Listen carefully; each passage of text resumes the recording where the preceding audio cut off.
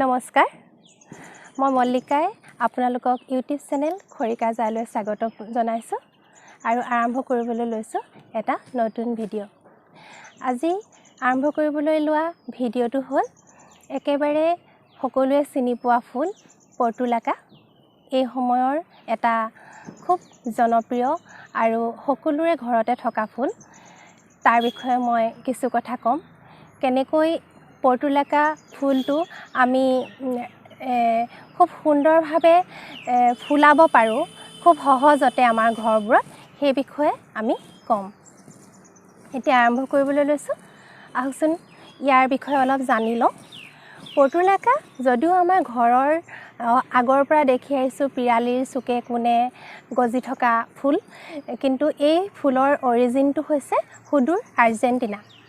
আৰ্জেণ্টিনাৰ পৰা অহা ফুল কিন্তু আৰ্জেণ্টিনাও গৰম দেশ আপোনালোকে জানে সেইকাৰণে ই ৰদে বৰষুণে আমাৰ ইয়াতো দৃষ্টি থাকে আমি সৰুৰ পৰা এইটো ফুল দেখি আহিছো এতিয়া আপোনালোকে সকলোৱে জানে যে পৰ্তুলাকাত যত্ন খুব কম লাগে যেনেকৈ মানে আপোনালোকে গোবৰ মাটি দি ৰুই দিলে মানে পৰ্তুলাকাই এটা ভাল ফলাফল দিয়ে আমাৰ ঠাণ্ডা সিজনত যেতিয়া পিটুনিয়া শেষ হয় তাৰ পিছতে আমি পৰ্তুলাকাৰ কৰিলে মানে আমাৰ গোটেই বছৰটো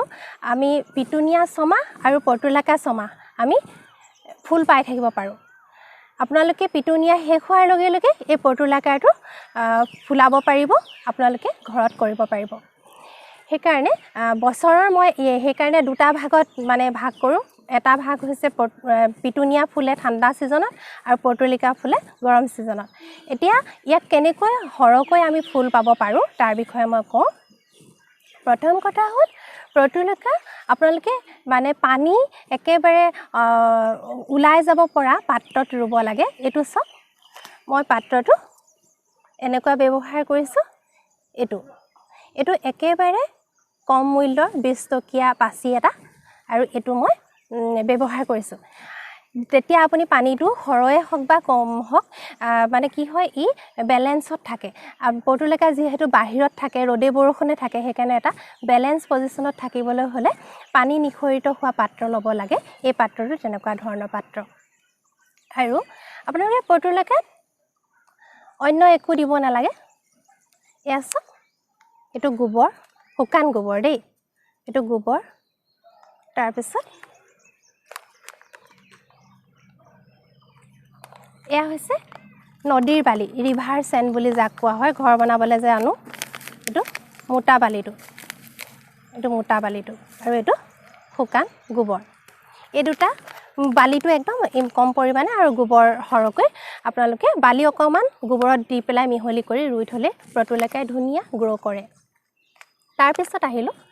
ফাৰ্টিলাইজাৰ আমি এইটো ৰুলো বাৰু ৰুৱাৰ পিছত ধৰক আমি কেনেকৈনো কাৰণ এইটো সিজনৰ ফুল আমি কম সময়তে ফুল পাব লাগিব গতিকে আমি ইয়াকনো কেনেকৈ ফুল পাব পাৰো এইটো চাওক এইটো হৈছে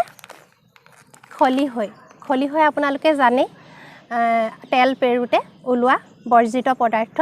এইটো খৰিহৰ বৰ্জিত পদাৰ্থ এইটো হৈছে খলিহৈ এই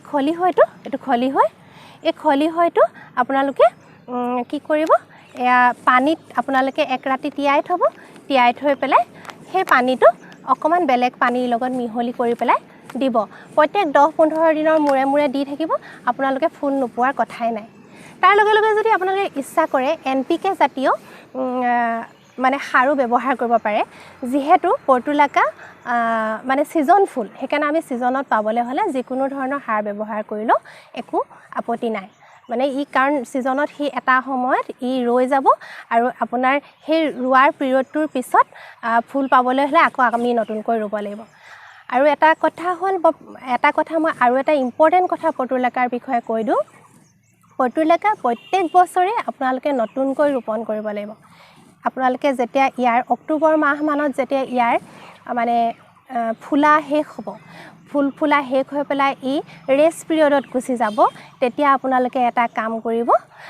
তেতিয়া ইয়াৰ দুটামান মানে হসৰ কাৰণে ইয়াৰ দুটামান পাচি থৈ দিব আৰু থৈ দিয়াৰ পিছত হেকিটা যতন কৰি ৰাখি থব তাৰ পিছত যেতিয়া আপোনালোকৰ মাৰ্চ মাহ মান হোমাব তেতিয়া আপোনালোকে আকৌ নতুন পুটিং বনাই পেলাই হে আগবোৰ ৰুই দিব আগবোৰ ৰুই দিয়াৰ লগে লগে আপোনালোকে মে মানত ফুল পোৱা ষ্টাৰ্ট হ'ব মে মানত ফুল ফুলিবলৈ আকৌ আৰম্ভ কৰিব গতিকে এইটো কথা মনত ৰাখিব পৰ্তুলাকা পুৰণা যিটো মানে পাত্ৰত থাকে সেই পাত্ৰটোত নেৰাখিব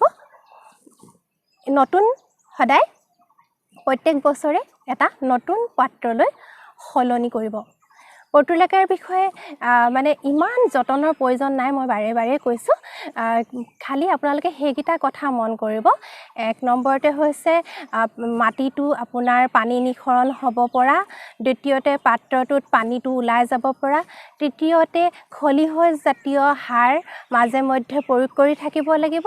আৰু ই আটাইতকৈ ইম্পৰ্টেণ্ট কথাটো হ'ল ই দিনৰ ৰ'দ পাব লাগিব 5-6 ঘণ্টা কমেও ই ৰ'দত থাকিবই লাগিব ৰ'দত নাথাকিলে পৰ্তুলাকা কেতিয়াও নুফুলে ই হৈছে ৰ'দৰ ফুল